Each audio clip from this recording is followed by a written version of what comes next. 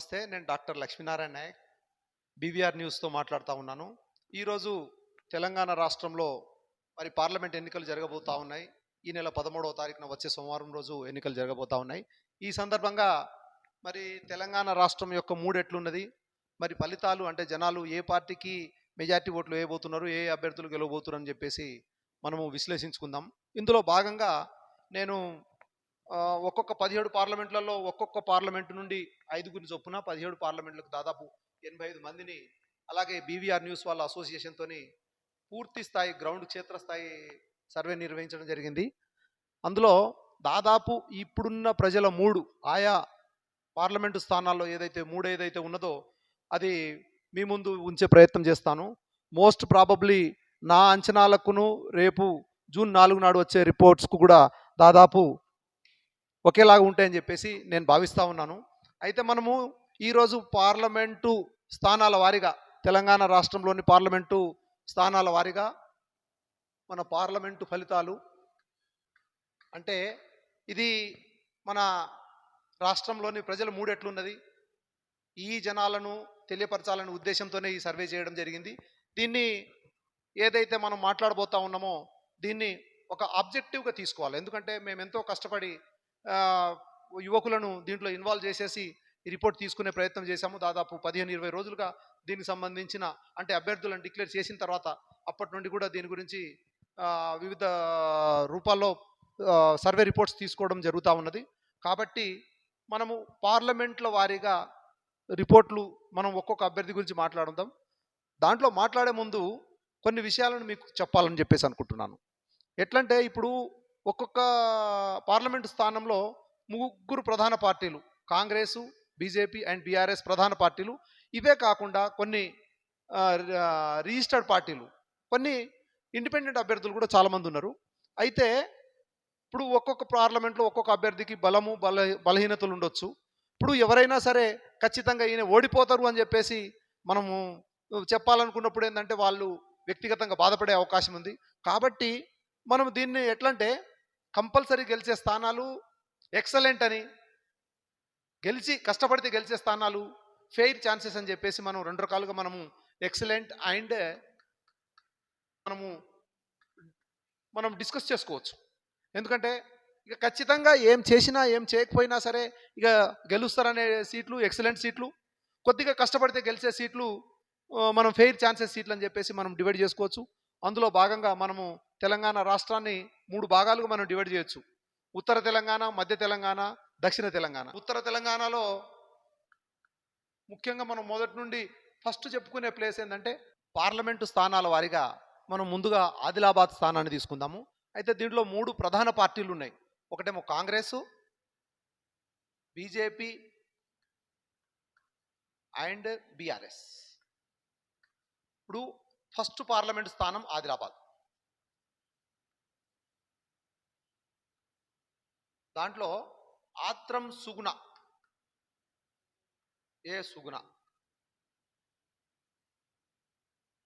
And గోడం నగేష్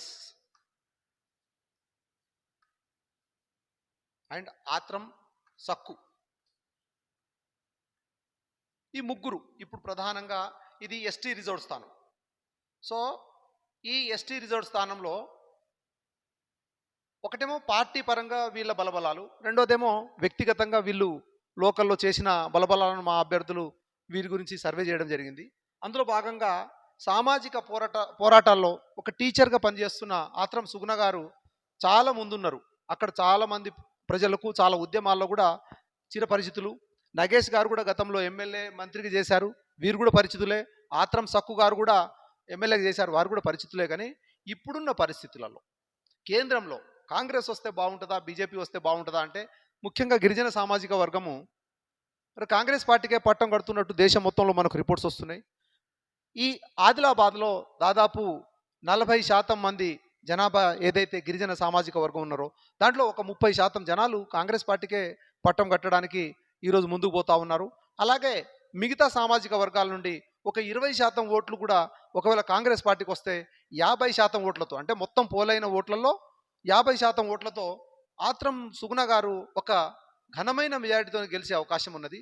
వీరికి అంటే ఒక పోటీగా గోడం నగేష్ గారు అంటే బీజేపీ గతంలో, ఎందుకంటే సోయం బాబురావు గారు ఇక్కడ ఎంపిక చేసిరు కాబట్టి గోడం నగేష్ గారు వీరికి గట్టి పోటీ ఇచ్చే అవకాశం ఉంది. కానీ ఎంత పోటీ ఇచ్చినా సరే ఇప్పుడున్న పరిస్థితులలో సుగుణ గారి పేరు ముందు గోడం నగేష్ వీరు ఎంచుకున్న పార్టీ కావచ్చు, బీజేపీ పార్టీ కావచ్చు, లేకుంటే గతంలో ఈయన చాలా కాలం ఈ గత 5-6 సంవత్సరాల కాలంలో ప్రజల నుండి కొద్దిగా దూరంగా ఉన్నారు. సో వీరు పోటీ ఇచ్చే అవకాశం ఉన్నది కానీ గెలిచే అవకాశం లేదు. ఆత్రం సక్కు గారు ఏంటంటే బీఆర్ఎస్ పార్టీ నుండి పోటీ చేస్తూ ఉన్నారు. ఈరోజు రాష్ట్రం మొత్తంలో కూడా బీఆర్ఎస్ పార్టీ ఒక నెగిటివ్ వేవ్లో నడుస్తూ ఉన్నది కాబట్టి సక్కు గారికి గెలిచే అవకాశాలు చాలా తక్కువ అని చెప్పేసి మనం భావించవచ్చు. ఇప్పుడు ఆదిలాబాద్ తర్వాత దాని పక్కనే ఉన్న ఉత్తర తెలంగాణలోని ఇంకోటి ముఖ్యమైన పార్లమెంట్ నియోజకవర్గము పెద్దపల్లి. పెద్దపల్లిలో కాంగ్రెస్ తరఫున గడ్డం వంశీకృష్ణ,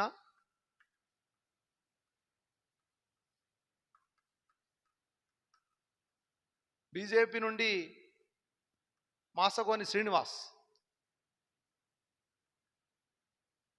బీఆర్ఎస్ నుండి కొప్పుల ఈశ్వర్, ఈ ముగ్గురు ప్రధాన పోటీదారులు. వీరితో పాటు వేరే వాళ్ళు కూడా పోటీలో ఉన్నారు.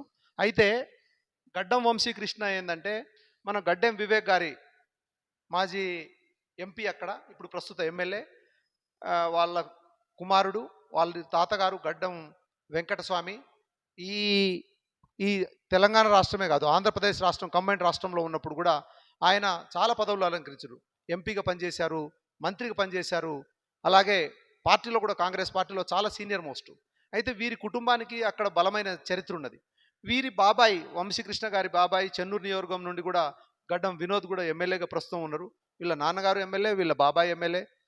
అయితే ఇక్కడ బీజేపీ అభ్యర్థి కానీ ఈశ్వర్ కానీ, ఏది బీఆర్ఎస్ అభ్యర్థి కానీ వంశీకృష్ణ గారికి దాదాపు దరిదాపుల్లో లేరని చెప్పేసి చెప్పొచ్చు.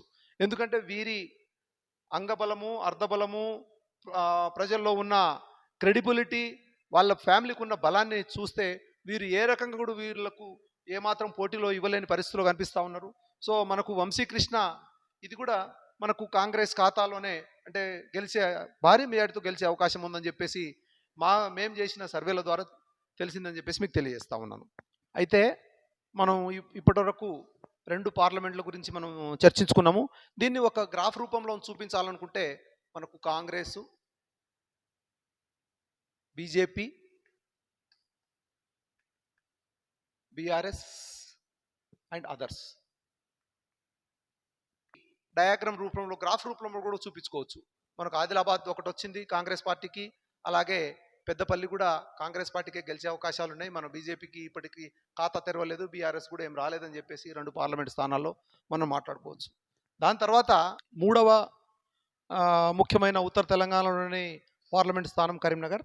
కరీంనగర్లో కూడా చాలా విస్తృత స్థాయిలో 7 అసెంబ్లీ సెగ్మెంట్లలో కూడా మరి మా టీం మొత్తం సర్వే చేయడం జరిగింది. అందులో భాగంగా 3 క్యాండిడేట్లు, వెలిశాల రాజేందర్ రావు గారు కాంగ్రెస్ నుండి, అలాగే బీజేపీ నుండి బండి సంజయ్ గారు సిట్టింగ్ ఎంపీ, అలాగే బీఆర్ఎస్ నుండి వినోద్ కుమార్ గారు, బోయినపల్లి వినోద్ కుమార్ గారు మాజీ ఎంపీ గారు, అలాగే ప్రణాళిక సంఘం అధ్యక్షులు. ఈ ఒక్క స్థానము చాలా అంటే powerful people fighting in a place అని చెప్పేసి మనం చెప్పుకోవచ్చు. వెలిశాల రాజేందర్ రావు గారు అంటే వీళ్ళు గతంలో వీళ్ళ ఫ్యామిలీ మొత్తం కూడా కాంగ్రెస్ పార్టీకి సంబంధించిన వ్యక్తులు.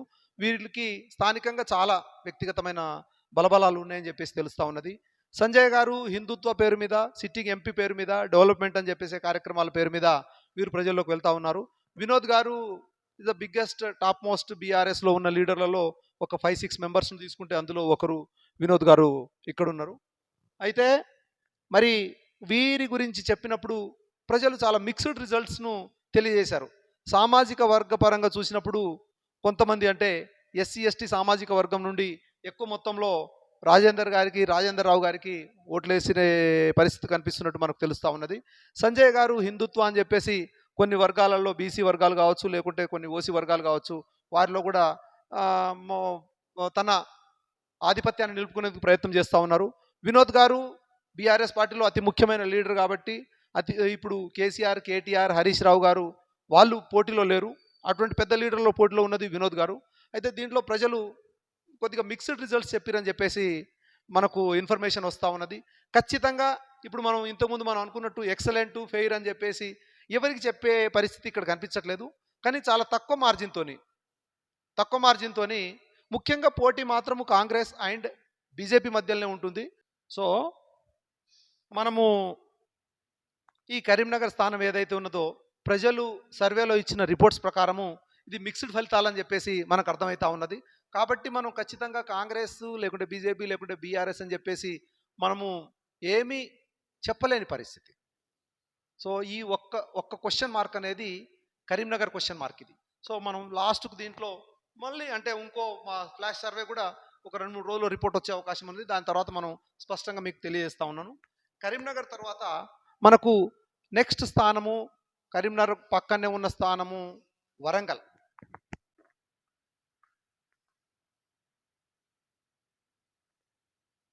బీజేపీ నుండి ఆరూరి రమేష్ గారు,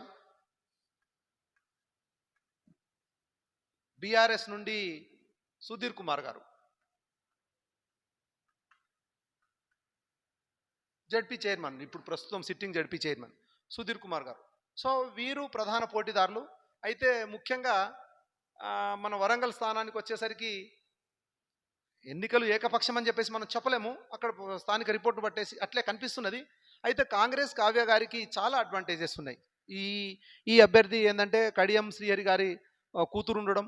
కడియం శ్రీహరి గారు గతంలో ఎమ్మెల్యేగా, మంత్రిగా, ఎమ్మెల్సీగా చాలా వివిధ హోదాలలో పాత వరంగల్ జిల్లాకు మొత్తం సుపరిచితులు.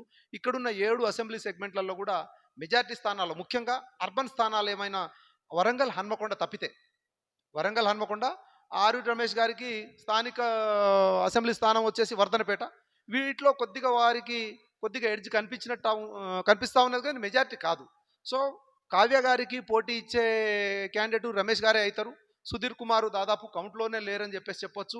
ఎట్లయినా సరే ఒక మంచి మెజారిటీతోని ఏ యాంగిల్లో చూసినా ఆరూరి రమేష్ మీద కావ్య గారు గెలిచే అవకాశాలు ఉందని చెప్పేసి మనకు ప్రాథమికంగా తెలుస్తూ ఉన్నది. సో కాంగ్రెస్ ఖాతాలో ఒక 3వ సీటు వస్తుందని చెప్పేసి మనం భావించవచ్చు. ఇప్పుడు వరంగల్ తర్వాత దాని పక్కనే ఉన్న స్థానము మహబూబాబాద్ పాత వరంగల్లో ఒక భాగం. సో అది ఎస్టీ రిజర్వ్డ్ స్థానం.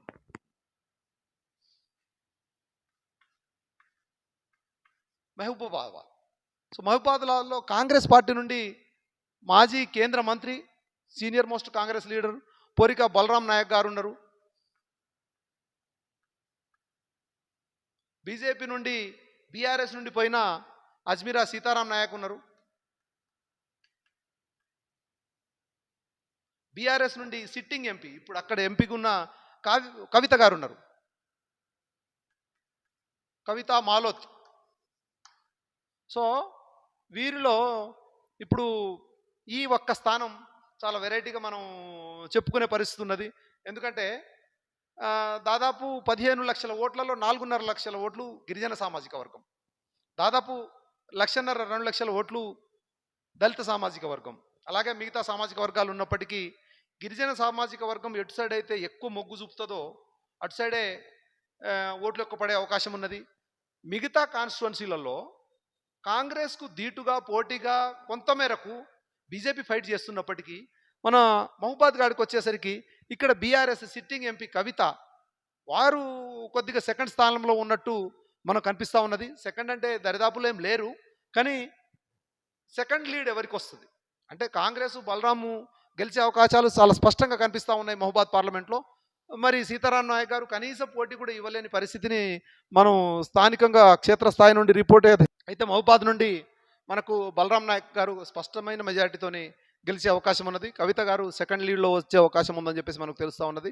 సీతారాం గారు థర్డ్ ప్లేస్లో ఉంటారు. ఎన్ని ఓట్లు వస్తాయో మనకు కూడా ఖచ్చితంగా తెలియదు. ఆ రకంగా మనకు మహబూబాద్ పార్లమెంట్ కూడా కాంగ్రెస్లో వస్తుందని చెప్పేసి మనకు తెలుస్తూ ఉంది. దాని తర్వాత మహబూబాద్ పక్కనే ఉన్న పార్లమెంట్ స్థానము ఖమ్మం.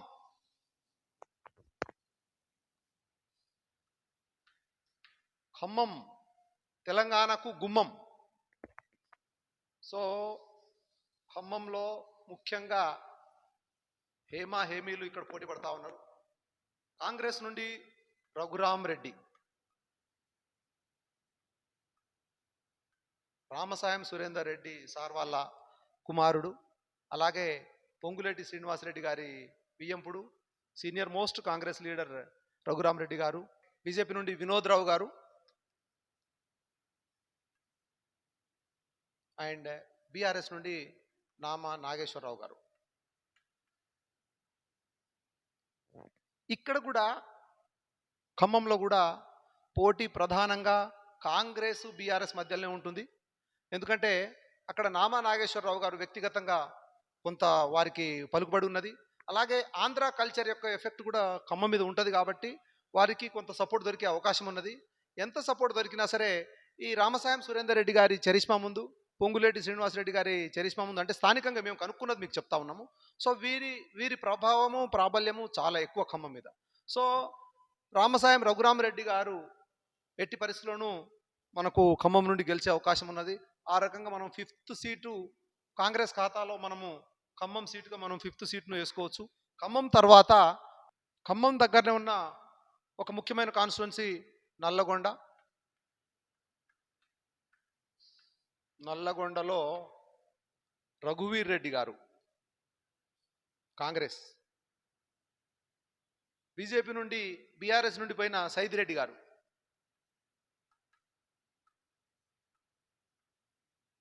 కాంగ్రెస్ కుందూరు రఘువీర్ రెడ్డి గారు జానారెడ్డి గారి కుమారుడు, బీజేపీ నుండి సైదిరెడ్డి గారు, అలాగే బీఆర్ఎస్ నుండి కంచర్ల కృష్ణారెడ్డి గారు.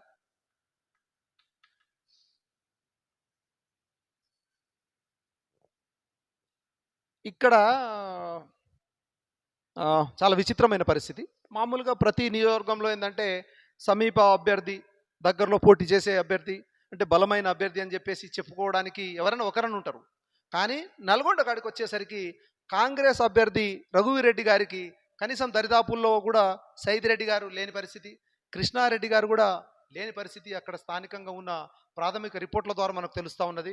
ఎందుకంటే సైదిరెడ్డి గారు మొన్నటి వరకు బీఆర్ఎస్ పార్టీలో ఉన్నారు, రాత్రికి రాత్రే బీజేపీలోకి జంప్ అయిపోయి అక్కడ బీజేపీ క్యాడర్ ఆయనకు ఏర్పాటు చేసుకోలేకపోయారు. ఇప్పుడు కృష్ణారెడ్డి గారికి కూడా అక్కడున్న మెయిన్ లీడర్లు, ఇప్పుడు గుత్తా సుఖేందర్ రెడ్డి గారు కావచ్చు, లేకుంటే వేరే వేరే లీడర్లు అందరూ కూడా కాంగ్రెస్కు సపోర్ట్ చేస్తున్న పరిస్థితిని మనం అక్కడ గమనించవచ్చు. కాబట్టి సునాయాసంగా గెలిచే కాంగ్రెస్ పార్టీ సునాయాసంగా గెలిచే seat is Nalgonda. So Nalgonda తర్వాత నల్లగొండలో ఇంకో పార్లమెంటు స్థానము భువనగిర్.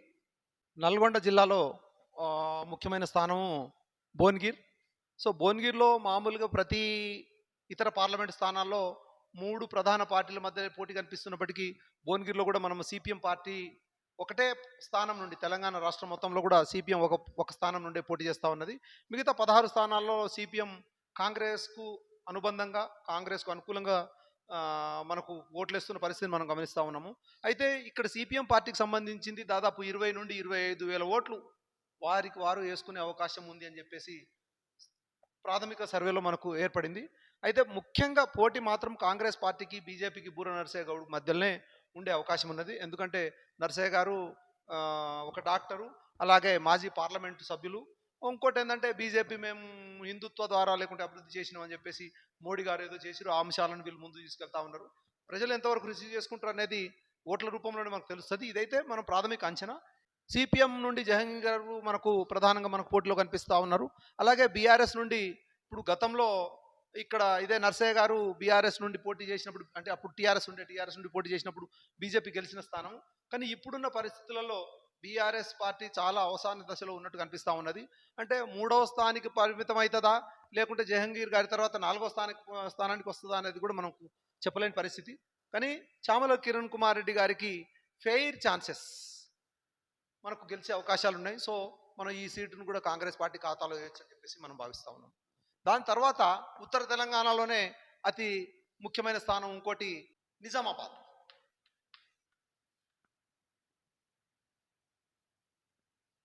ఇక్కడ కాంగ్రెస్ పార్టీ నుండి సీనియర్ లీడరు జీవన్ రెడ్డి గారు,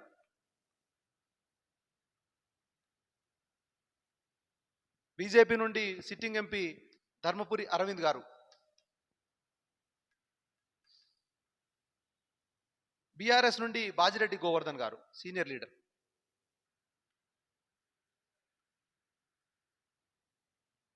ఇక్కడ అరవింద్ గారేమో సిట్టింగ్ ఎంపీ బీజేపీ పార్టీ నుండే, ఇప్పుడు కూడా సిట్టింగ్ బీజేపీలో నుండి, మళ్ళీ ఇప్పుడు బీజేపీ వారికే టికెట్ ఇచ్చింది.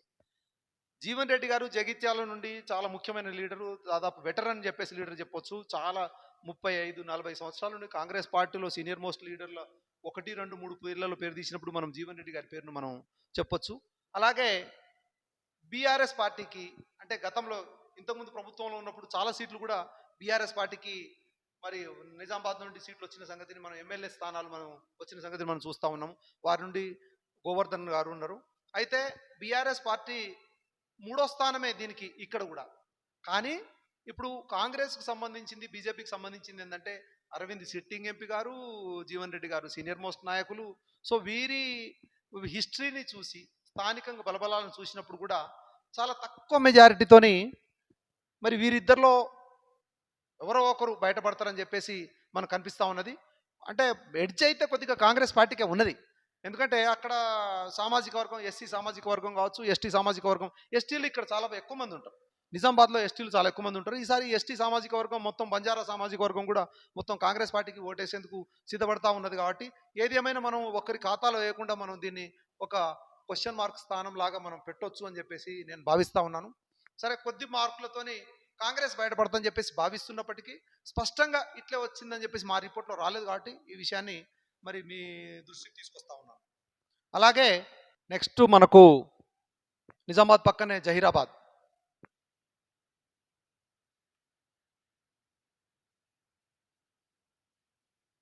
దీంట్లో కాంగ్రెస్ నుండి మాజీ ఎంపీ సురేష్ శెట్కర్ గారు, బీజేపీ నుండి బీబీ పాటిల్ గారు,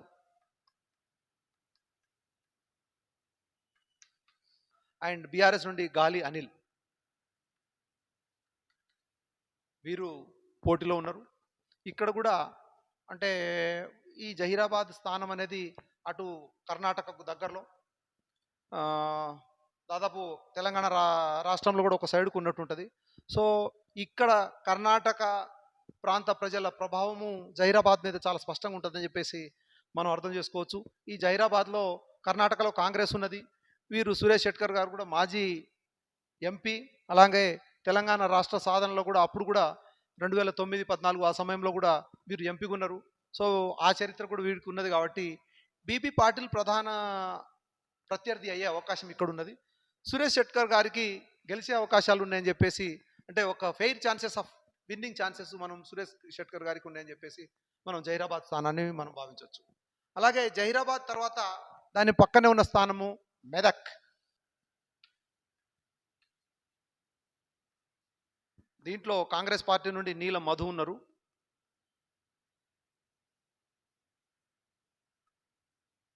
బీజేపీ నుండి మాజీ ఎమ్మెల్యే రఘునందన్ రావు,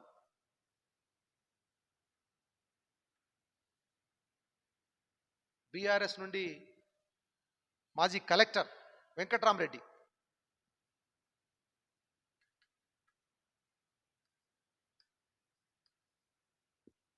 ఇక్కడ ఒక విచిత్రమైన పరిస్థితి.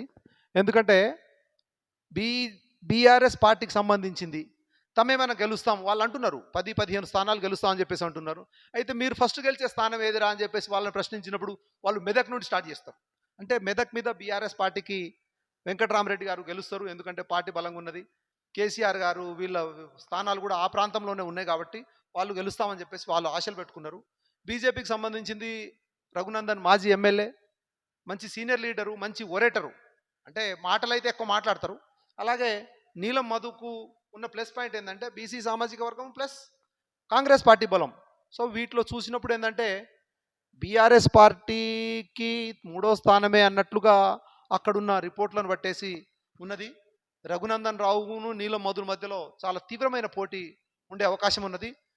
పొటాపొట్టి మార్కులతోని నీలం మధు గెలిచే అవకాశం ఎక్కువ ఉన్నట్టు అనిపిస్తూ ఉన్నది. ఏమో మంచి మెజార్టీ కూడా రావచ్చు, చెప్పలేం. So maybe Congress, so winning chances, more chances of Congress party ఉందని చెప్పేసి నేను భావిస్తూ ఉన్నాను. నీలం మధు గారు ఇక్కడ గెలిచే అవకాశం ఉందని చెప్పేసి తెలుస్తూ ఉన్నది. దీని తర్వాత దీని పక్కనే ఉన్న స్థానము మల్కాజ్గిరి. మనము మల్కాజ్గిరిని మినీ ఇండియా అంటారు. మామూలుగా ప్రతి పార్లమెంటు స్థానంలో మనకు 15 నుండి 17 లక్షల ఓటర్లు ఉంటారు. కానీ ఒక మల్కాజ్గిరిలో మాత్రం 35-36 లక్షల ఓటర్లు. అంటే ఆల్మోస్ట్ 2 పార్లమెంట్లు అంత అన్నమాట. ఇది దేశం మొత్తంలోనే కూడా ఎక్కడ లేదు. దీని తర్వాత నెక్స్ట్ స్థానం వచ్చేసి మనకు చేవెళ్ళది కూడా దాదాపు 30 లక్షల ఓటర్లు ఉన్నారు. అయితే మల్కాజ్గిరిలో కాంగ్రెస్ పార్టీ నుండి సునీతా మహేందర్ రెడ్డి, బీజేపీ నుండి senior leader Etela Rajender, BRS నుండి రాగిడి లక్ష్మారెడ్డి.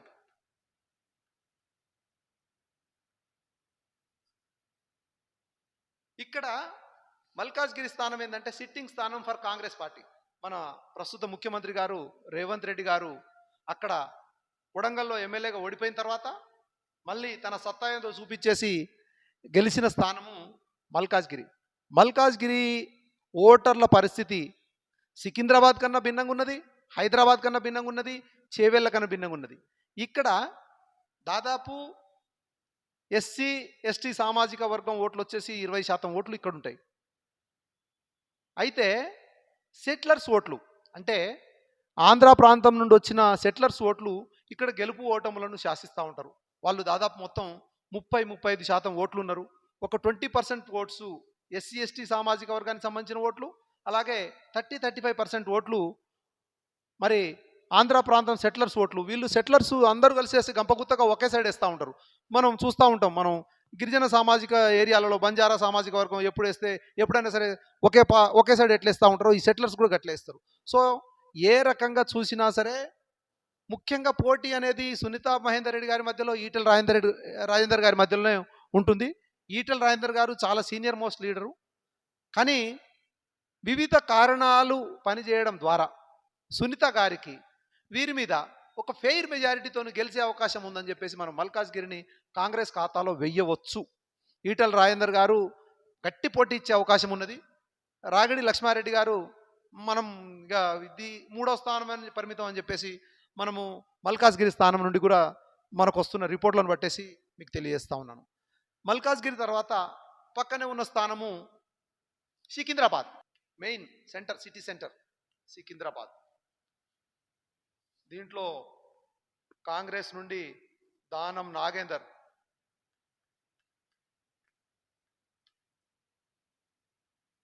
బీజేపీ నుండి కిషన్ రెడ్డి,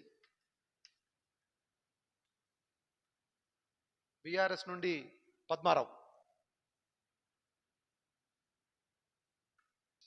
సో ఇప్పుడు కేంద్ర బిందువు రాష్ట్రంలోనే రాజధాని అంటే హైదరాబాద్ సికింద్రాబాద్ జంట నగరాలు కలిసేసి మనం కేంద్ర బిందువు భావించవచ్చు. అందులో సికింద్రాబాద్లో కాంగ్రెస్ పార్టీ తరఫున ఇప్పుడు సిట్టింగ్ కాంగ్రెస్ పార్టీ అంటే ఎమ్మెల్యే గారు దానం నాగేందర్, బీఆర్ఎస్ నుండి కాంగ్రెస్లోకి వచ్చిన దానం నాగేందర్ గారికి కాంగ్రెస్ పార్టీ టికెట్ కేటాయించింది. బీసీ సామాజిక వర్గానికి సంబంధించిన వ్యక్తి. బీజేపీ నుండి సిట్టింగ్ ఎంపీ కిషన్ రెడ్డి గారికి మళ్ళీ అక్కడ నుండి టికెట్ ఇవ్వడం జరిగింది. బీఆర్ఎస్ నుండి పద్మారావు గారు పోటీలో ఉన్నారు. అయితే ఇక్కడ ఏంటంటే కిషన్ రెడ్డి గారు పార్టీ పరంగా చూడడం కన్నా వ్యక్తిగతంగా చాలామందికి వ్యక్తిగతంగా దగ్గరున్న వ్యక్తి అని చెప్పేసి అక్కడున్న ఇన్ఫర్మేషన్ ప్రకారం తెలుస్తూ ఉన్నది. కిషన్ రెడ్డి గారి పేరు మీద ఓట్లు పడే అవకాశాలు ఎక్కువ కనిపిస్తూ ఉన్నాయి సికింద్రాబాద్లో.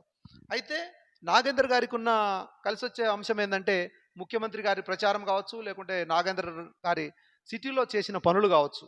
వీటి మూలంగా ఏంటంటే నాగేందర్ గారికి కిషన్ రెడ్డి గారికి మధ్యలో తీవ్రమైన పోటీ, అంటే అతి తక్కువ మెజార్టీతోని బయటపడే అవకాశం ఉంది. ఫలానా వ్యక్తినే గెలుస్తారని చెప్పేసి చెప్పలేని పరిస్థితి కాబట్టి దీన్ని కూడా మనం ఒక క్వశ్చన్ మార్క్ స్థానంగా నేను భావిస్తూ ఉన్నాను. సికింద్రాబాద్ తర్వాత పక్కనే ఉన్నది హైదరాబాద్.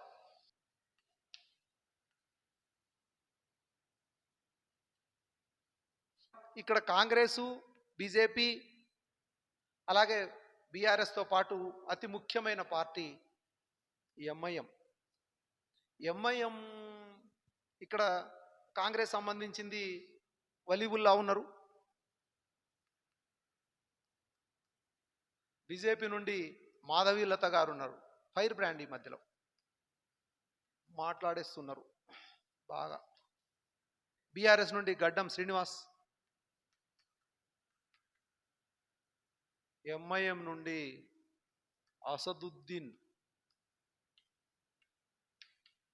ఓవైసీ ఇదొక్కటి. అంటే ఏదైనా చాలా పవర్ఫుల్గా ఇదే పార్టీ గెలుస్తుంది అని చెప్పే దాంట్లో కాంగ్రెసు, బీజేపీ, బీఆర్ఎస్కు ఎవరికి స్థానం లేకుండా చరిత్ర చెప్తా ఉన్నది. ప్రతిసారి వీళ్ళు ఏకపక్షంగా ఓట్లు వేసుకుంటారు.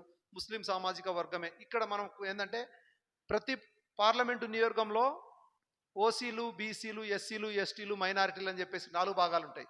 కానీ ఇక్కడ ఏంటంటే ఉన్న 16 లక్షల ఓట్లలో 11 లక్షల ఓట్లు మైనారిటీ ఓట్లే ఉంటాయి ఇక్కడ. సో వీళ్ళది ఎంఐఎం పార్టీకి సంబంధించింది ఏకపక్ష విజయంగా మనము భావించవచ్చు. సో ఈ ఒక్క పార్లమెంటును అదర్స్ అంటే ఎంఐఎంలో పోతుందని చెప్పేసి మనం భావించవచ్చు.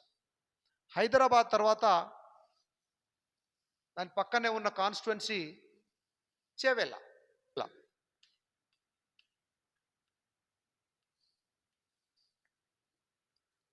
ఇక్కడ రంజిత్ రెడ్డి సిట్టింగ్ ఎంపీ.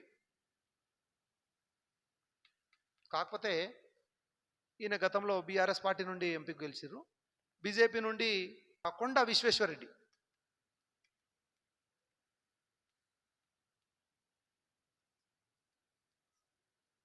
ఇది బీఆర్ఎస్ నుండి కాసాని జ్ఞానేశ్వర్. ఇక్కడ ఎంఐఎం పోటీలో లేరు, ఉన్న అకౌంట్లో రాని పరిస్థితి. సో రంజిత్ రెడ్డి గారు సిట్టింగ్ ఎంపీ బీఆర్ఎస్ నుండి. ఆయన వ్యక్తిగత ఇమేజ్ మంచిగా ఉన్న వ్యక్తి. దాంతోపాటు కాంగ్రెస్ పార్టీ అంటే చేవెళ్ళ అంటే కాంగ్రెస్ పార్టీకి ఒక అదృష్టం కలిసి వచ్చే స్థానం. రాజశేఖర రెడ్డి గారు ముఖ్యమంత్రిగా ఉన్నప్పుడు ప్రతి కార్యక్రమాన్ని కూడా చేవెళ్ళ నుండే స్టార్ట్ చేసిన పరిస్థితిని మనం గతంలో గమనిస్తూ ఉన్నాం.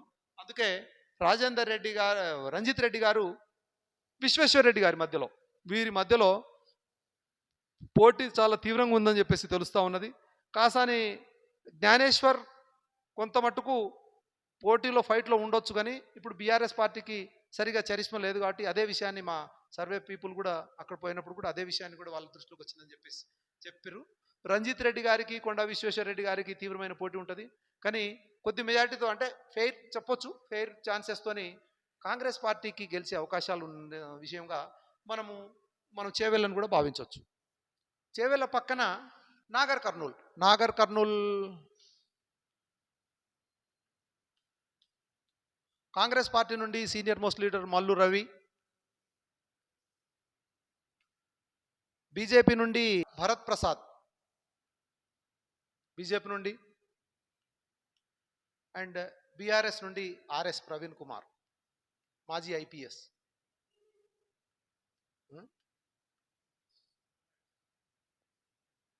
సో నాగర్ కర్నూల్లో ఆల్మోస్ట్ ఇక్కడ ద్విముఖ పోటీ అనే చెప్పొచ్చు మనము. ఎందుకంటే కాంగ్రెస్ వర్సెస్ బీఆర్ఎస్గా ఇక్కడ పోటీలో ఉండే అవకాశం ఉన్నది. కాంగ్రెస్ పార్టీ నుండి మల్లు రవి గారు సీనియర్ మోస్ట్ లీడరు, గతంలో ఎన్నో పదవులు కాంగ్రెస్ పార్టీ నుండి అలంకరించారు. అలాగే రేవంత్ రెడ్డి గారికి చాలా దగ్గర మనిషి. రేవంత్ రెడ్డి గారు కూడా చాలా తీవ్రంగా దీని మీద కృషి, ఎందుకంటే మహబూబ్ నగర్ డిస్టిక్ రేవంత్ రెడ్డి గారి సొంత జిల్లా అయిన మహబూబ్ నగర్ నుండి ఉన్నారు కాబట్టి మల్లు రవి గారికి అన్ని రకాలుగా సహాయ సహకారాలు పార్టీ నుండి, అలాగే ప్రజల్లో ఉన్న పరిచయాలు కావచ్చు, అటువంటివి కావచ్చు, అవన్నీ కూడా ఇక్కడ బాగున్నది. ఈ భరత్ ప్రసాద్ వాళ్ళ నాన్నగారు గతంలో అంటే రాజకీయంలో ఉన్నారు, కానీ ఇక్కడ బీజేపీ నామమాత్రంగానే మనకు పోటీస్తూ ఉన్నది. బీఆర్ఎస్ పార్టీ తరపున పోటీ చేస్తున్న ఆర్ఎస్ ప్రవీణ్ గారు గతంలో బీఎస్పీ పార్టీ నుండి రాష్ట్ర అధ్యక్షులుగా ఉండేసి రాష్ట్రం మొత్తంలో సుపరిస్థితుల్లో ఉన్న వ్యక్తి. తర్వాత వారు టీఆర్ఎస్ పార్టీలోకి పోయి బీఆర్ఎస్ పార్టీలోకి పోయి ఇప్పుడు బీఆర్ఎస్ అభ్యర్థిగా ఇక్కడ ఉన్నారు. సో ఇక్కడ బీఆర్ఎస్ వర్సెస్ కాంగ్రెస్ పోటీలో ఉండే అవకాశం ఉన్నట్టుగా అక్కడ ప్రాథమికంగా రిపోర్ట్ తెలుస్తూ ఉన్నది. కానీ ఎక్సలెంట్ మెజారిటీతోనే అంటే చాలా ఎక్కువ ఓట్లతోనే మల్లు రవి గారు ఇక్కడ గెలిచే అవకాశం ఉందని చెప్పేసి మనకు నాగర్ కర్నూలు కూడా మనకు తెలుస్తూ ఉన్నది. ఇప్పుడు దాదాపు మనము 5, 10, 11, 12, 13, 14, 15, 16 స్థానాలంటే చివరిది ఒకటి మిగిలింది మహబూబ్ నగర్. అంటే మనము పూర్తిగా ఉత్తరం నుండి స్టార్ట్ చేసినప్పుడు ఇప్పుడు పూర్తిగా దక్షిణ ప్రాంతంలో ఉన్న పార్లమెంటు స్థానము మహబూబ్ నగర్. మహబూబ్ నగర్ను నడిగడ్డ అని కూడా అంటారు. ఇది మన సీఎం గారికి అత్యంత ప్రతిష్టాత్మకమైన స్థానము. ఎందుకంటే సీఎం గారిది సొంత జిల్లా మహబూబ్ నగరే. వారి కొడంగల్ కాన్స్టిట్యున్సీ కూడా ఇదే ప్రాంతంలో ఉన్నది. సో అత్యధిక మెజారిటీ ఒక్క అసెంబ్లీ స్థానం నుండే ఇవ్వాలని చెప్పేసి దాదాపు 70-80 వేల మెజారిటీ ఇవ్వాలని చెప్పేసి రేవంత్ రెడ్డి గారు ఈ మహబూబ్ నగర్ స్థానం కోసం చూస్తూ ఉన్నారు. ఇక్కడ వంశీచంద్ రెడ్డి కాంగ్రెస్ నుండి, బీజేపీ నుండి డికే అరుణ గారు,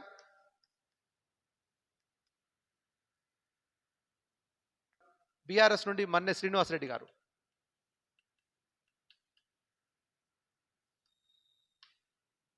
సో వీరు ముగ్గురు పోటీ పడుతున్నప్పటికీ డికే అరుణ గారు అంటే వారి ప్రచారము బీజేపీ పార్టీ తరఫున చాలా చేసుకుంటున్నప్పటికీ అక్కడ ముఖ్యమంత్రి గారు రేవంత్ రెడ్డి గారి సొంత జిల్లా అయినందు మూలంగా డికే అరుణ గారికి గెలిచే అవకాశాలు చాలా తక్కువ.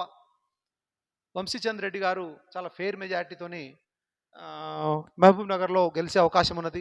ఆ రకంగా మనకు చివరి స్థానం 17 స్థానాల్లో చివరి స్థానం వచ్చేసి మహబూబ్ నగర్. ఇది కూడా కాంగ్రెస్ ఖాతాలోనే వచ్చే అవకాశం ఉన్నది. కాంగ్రెస్ పార్టీకి సంబంధించింది ఈ రకంగా మనం లెక్క చూసినప్పుడు 5, 10,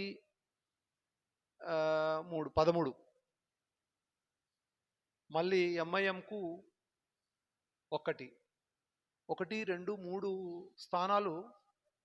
ఇది ఖచ్చితంగా అంటే ఫలానా పార్టీ గెలుస్తుంది అని చెప్పేసి చెప్పడం కన్నా అంటే అన్నిట్లలో కూడా వివిధ కారణాలు చూసినప్పుడు కాంగ్రెస్ పార్టీకే ఎడ్జ్ ఉన్న సంగతిని మనము ఈ స్థానాల్లో కూడా మనం మాట్లాడుకోవచ్చు. మొత్తానికి 16 స్థానాలు ఒకవేళ కాంగ్రెస్ పార్టీ స్వీప్ చేసినా మనము ఆశ్చర్యపోవాల్సిన అవసరం లేదు. కాంగ్రెస్ పార్టీ మొత్తం 16 స్థానాలు స్వీప్ చేసినా మనం ఆశ్చర్యపోవాల్సిన అవసరం లేదు.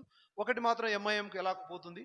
అయితే ఈ 3 స్థానాలు కొద్దిగా అటు ఇటు అయిపోయి ఏమో ఖచ్చితంగా మరి ఎవరికి అదృష్టం వరిస్తుంది. ఎందుకంటే కొన్నిసార్లు చివరి నిమిషంలో అదృష్టం కూడా వరించే అవకాశం ఉంటుంది. కాబట్టి ఎవరి అదృష్టం ఎట్లుంటుందో చెప్పడం కష్టం. మొత్తానికి తెలంగాణ రాష్ట్రంలో ఏదైతే అన్ని పార్టీలు మేమే గెలుస్తామని చెప్పేసి అనుకుంటున్నాయో వారు ఎవరి ఆశలు వారికి ఉండొచ్చు. కానీ మా సర్వేల ప్రకారము దాదాపు 85 మంది 15 రోజులు కష్టపడేసి వాళ్ళు గ్రౌండ్లో నుండి క్షేత్రస్థాయిలో నుండి తీసుకొచ్చిన రిపోర్ట్ల పరంగా చూసినప్పుడు కాంగ్రెస్ పార్టీ తెలంగాణ రాష్ట్రంలో అత్యధిక మెజారిటీ సీట్లు గెలుచుకొని తన పట్టును నిలుపుకుంటుంది. రేవంత్ రెడ్డి గారు తన పట్టును నిలుపుకుంటున్నారు. తను ఏదైతే కేంద్రానికి మాట ఇచ్చారో అది నిలుపుకుంటున్నారని చెప్పేసి మాకు తెలుస్తూ ఉన్నది. ఈ దీంతో మరి మా సర్వేకు మీకు అందరికీ తెలియజేయాలనే ఒక ప్రయత్నంలో భాగంగానే మా అభిప్రాయం. సో మీరు దీన్ని గమనించగలరు. మనము మళ్ళీ జూన్ 4వ తారీఖు తర్వాత ఫలితాలు ఏర్పడ్డ తర్వాత ఈరోజు ఏవైతే విషయాలు ఉన్నాయో వీటిని కూడా మళ్ళీ ఇంకొకసారి విశ్లేషించే మనం ప్రయత్నం చేద్దాము. ఎందుకంటే మనం ఏ మేరకు ప్రజాభీష్టాన్ని మనం గమనించినాం, ఏ మేరకు మనం ప్రజలకు చెప్పగలిగినాం, ఏ మేరకు వాళ్లకు మన అభిప్రాయాన్ని ఖచ్చితంగా ఇవ్వగలిగినాం అనేది మీకు ఖచ్చితంగా తెలియజేస్తా ఉన్నాను. నేను డాక్టర్ లాకావత్ లక్ష్మీనారాయణ నాయక్, ప్రముఖ జనరల్ సర్జన్. ఈ సమాజంలో ఎవరు ఎట్లా గెలుస్తారనే దాని గురించి కూడా నిశ్చితంగా అబ్జర్వ్ చేయడము, ఈసారి అయితే సర్వే టీంను కూడా పెట్టేసి సర్వేలు కూడా చేయడం జరిగింది. కాబట్టి ప్రజలు దీన్ని గమనించాలని చెప్పేసి కోరుకుంటున్నాను.